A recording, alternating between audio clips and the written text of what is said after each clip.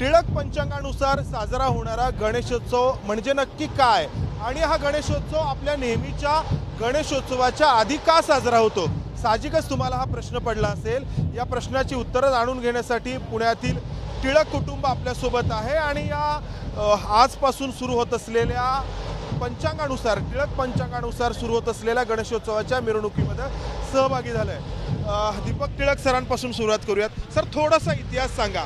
हा जो टिळक पंचांगानुसार साजरा होतो, कधी हा निर्णय झाला, कशी याची सुरुवात झाली?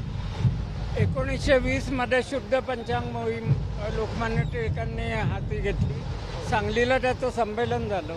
बाकी जे सर्व फरक होते, इतर पंचांग आणि सगळेच फरक होते। म्हणजे ग्रहण असायचं तेव्हा ग्रहण असायचंच असं नाही, तर ते सगळे गणितातले फरक सगळे दूर केले। फक्त वर्षारंभ कधी होतो हे ठरवायचं राहिलं। पुढे लोकमान्य गेले आणि पुढे ते काही ठरलं गेलं नाही।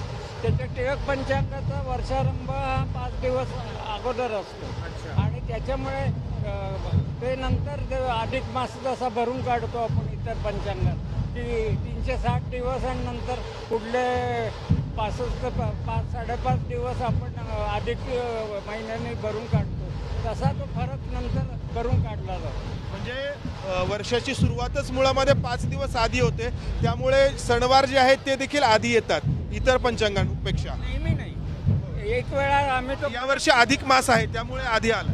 अधिक मास आणि ती 5-5 दिवसाचा तो सगळा फरक असा एकदम नंतर भरून काढण्यात येतो 6 वर्ष।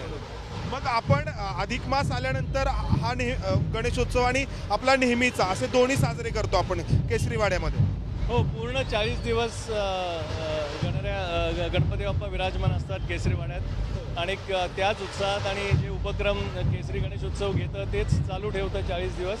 आणि मिरवणुकीची जी परंपरा आपली आहे की सगळेजण एकत्र साजरा करतात, अख्खा देश बघतो विसर्जन मिरवणुकीकडे, त्यामुळे विसर्जन मात्र आम्ही ती परंपरा तशीच चालू राहावी म्हणून सगळ्यांबरोबर करतो। लक्ष्मी रोडनी तसंच वाजत गाजत जे सगळेजण विसर्जन करतात त्याचप्रमाणे केसरी गणेशोत्सव सुद्धा त्याच वेळेला विसर्जन मिरवणुकीत सहभागी होतो। तर मग ज्या वर्षी अधिक मास येतो त्याच वर्षी हा गणेशोत्सव आधी येतो का की दरवर्षी?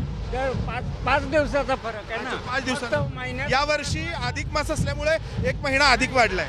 नाही, फक्त अधिक मास असं नाही, 3 अधिक मास झाले की 5 असं दर वर्षाचे 30 दिवस जेव्हा हे होतो तेव्हा ते सणवार बदल। अच्छा, 12 पंचे तसं ते गणित।